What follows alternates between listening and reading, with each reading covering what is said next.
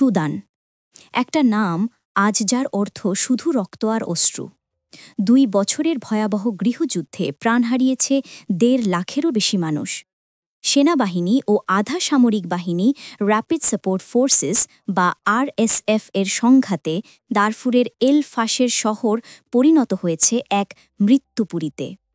সম্প্রতি এই শহরেই ঘটেছে এক ভয়াবহ গণহত্যা, যেখানে নারীরা, শিশুরা, বৃদ্ধরা কেউই রক্ষা পায়নি। জাতিসংঘ ও মানবাধিকার সংস্থাগুলো বলছে এটা শুধু যুদ্ধ নয়, এটা মানবতার বিরুদ্ধে অপরাধ। এই রক্তক্ষয়ী পরিস্থিতিতে নীরব থাকতে নারাজ তুরস্কের প্রেসিডেন্ট রজব তৈয়ব এরদোগান। ইস্তানবুলে অনুষ্ঠিত ওআইসি অর্থনৈতিক সম্মেলনে তিনি স্পষ্ট করে বলেছেন, যাদের হৃদয়ে সহমর্মিতা আছে তারা এল ফাশেরে বেসামরিকদের গণহত্যা মেনে নিতে পারে না। মুসলিম বিশ্বকে এখনই দায়িত্ব নিতে হবে। এরদোগান আরও বলেন, আমাদের অন্যদের সাহায্যের দিকে না তাকিয়ে নিজেদের সমস্যা নিজেরাই সমাধান করতে হবে।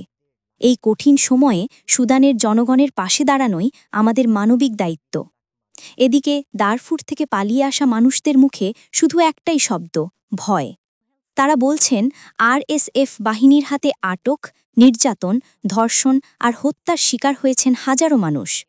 বেঁচে ফেরা আল খেইর ইসমাইল বলছেন তার চোখের সামনে বন্ধুদের গুলি করে হত্যা করা হয়।